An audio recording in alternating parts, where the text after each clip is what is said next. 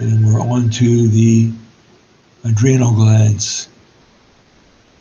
So the adrenal glands, it's called adrenal, because it's on top of the kidney. The adrenal glands have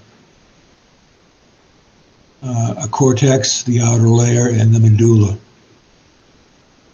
If we look at that fine structure, you can see the cortex is where corticosteroid hormones are produced, such as aldosterone and glucocorticoids, mineralocorticoids. So these are very much involved in the regulation of sugar metabolism and ion metabolism, such as sodium and potassium and calcium and so on.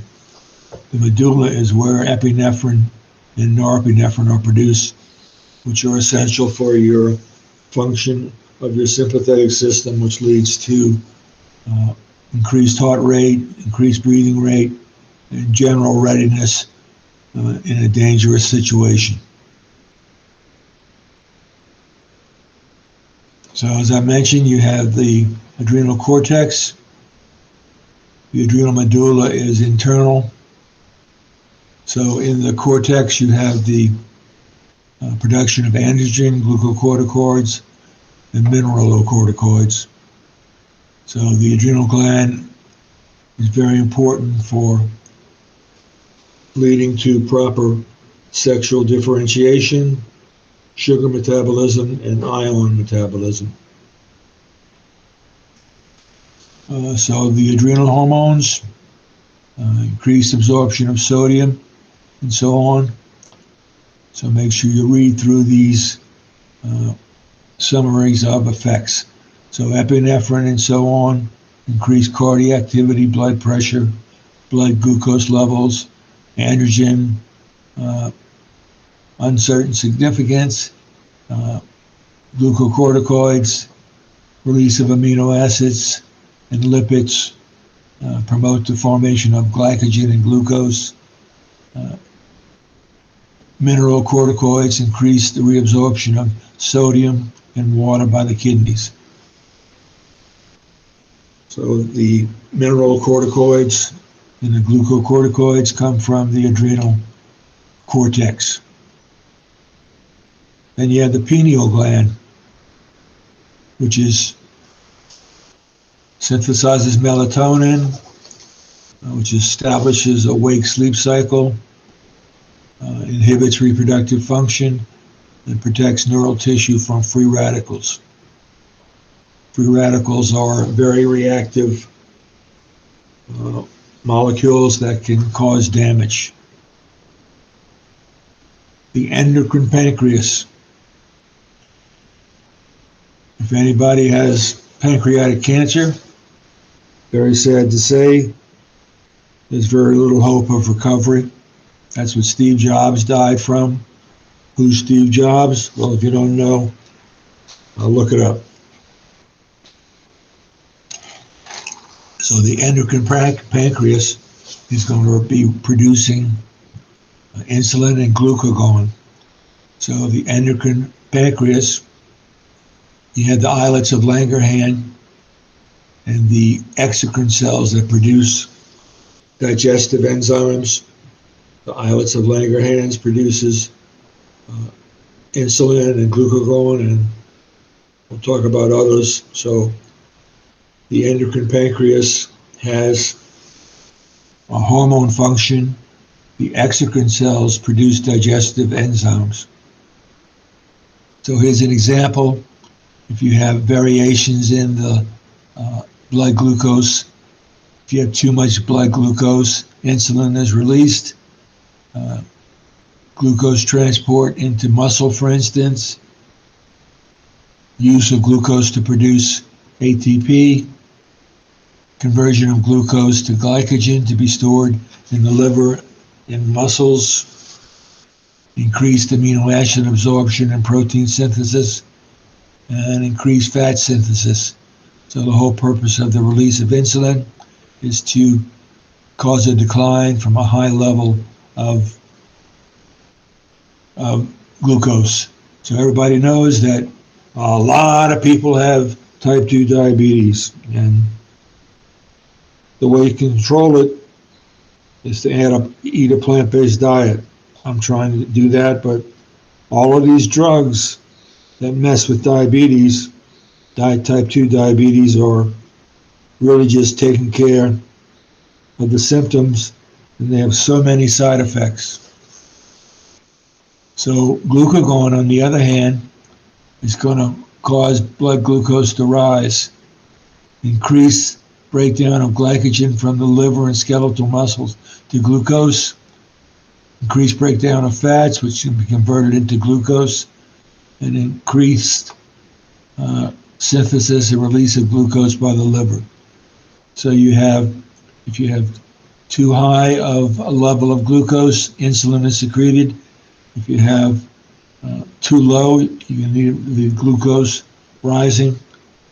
But in all seriousness, I keep trying to get on a plant-based diet. I've had trouble with that, but type 2 diabetes can be reversed by a plant-based diet. It happens all the time. The medical establishment doesn't tell you that, and the pharmaceutical industry doesn't tell you that, but I know you guys are not going to believe me. Plant-based diet, what is that stuff? Vegans, they're obviously weird people. Well, the evolutionary tree, we've been evolved from apes and primates, and most primates eat only vegetables, only plants. Chimpanzees may eat 1% meat, but all of this meat being produced is destroying the planet, generating enormous amounts of cow excrement and pig excrement and chicken excrement, and the animals are treated very brutally. So I know it's a tough decision, but if you guys want your children to have an earth and want them to live on a relatively pleasant planet, then you should stop eating meat and dairy.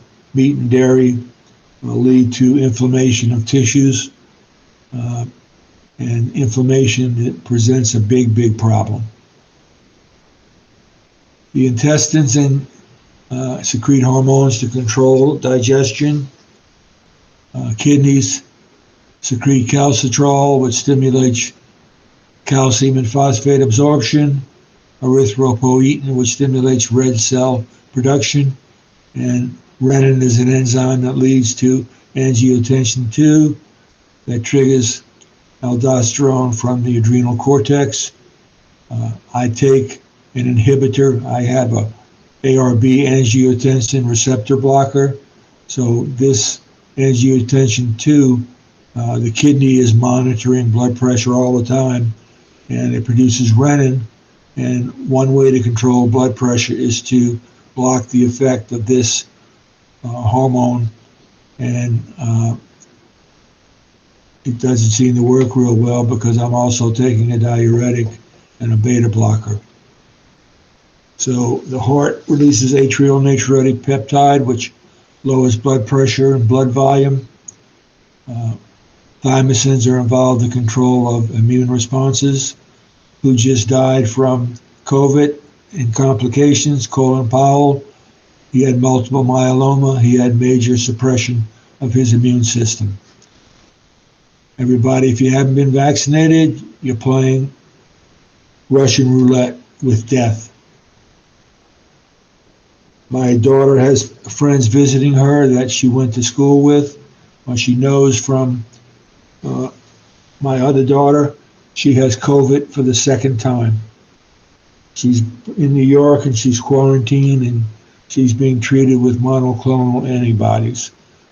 I had my sister-in-law, my brother died in September, and then her brother died of COVID. He was non-vaccinated. 95% of the people who are dying are in the emergency rooms or the intensive care units are unvaccinated. So everybody, good luck. This COVID's not over. The testes produces androgens, testosterone. We'll just mention inhibin.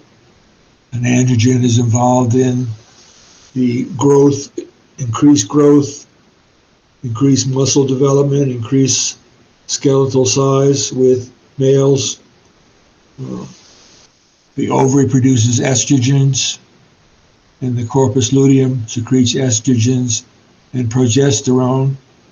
Placenta secretes hormones that are involved in the regulation of pregnancy. So here we have fight or flight. I mentioned that already. Sympathetic stimulation is going to lead to an increase of epinephrine and norepinephrine, release, mobilization of glucose, increased circulation to the muscles, increased heart and respiratory rates, increased energy uses in all cells. So that's the fight or flight, as I mentioned. Hopefully you can avoid dangerous situations, but who knows?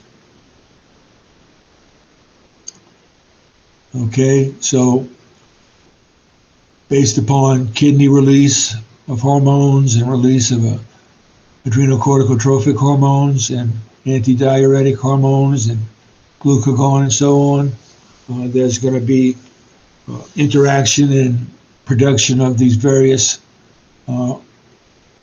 glucagon growth hormone, and you're going to have a continuous mobilization and balance of your fat tissue and your amino acids. That's going to be related to how much muscle development you have and how much glucose that comes from lipids that are converted from lipids into glucose. Glucose levels are very important. You know, if you have too much, you have type 2 diabetes or type 1. So this whole interplay of growth hormone, glucagon, antidiuretic hormone, adrenocorticotropic hormone, control of release of renin, so the glucocorticoids and so on. So this is an enormous array of hormones that work together to make sure that you have long-term adjustments for your blood glucose and so on. Okay. Am I finished already? I certainly am. Okay, so let's go back to here and stop recording. Stop.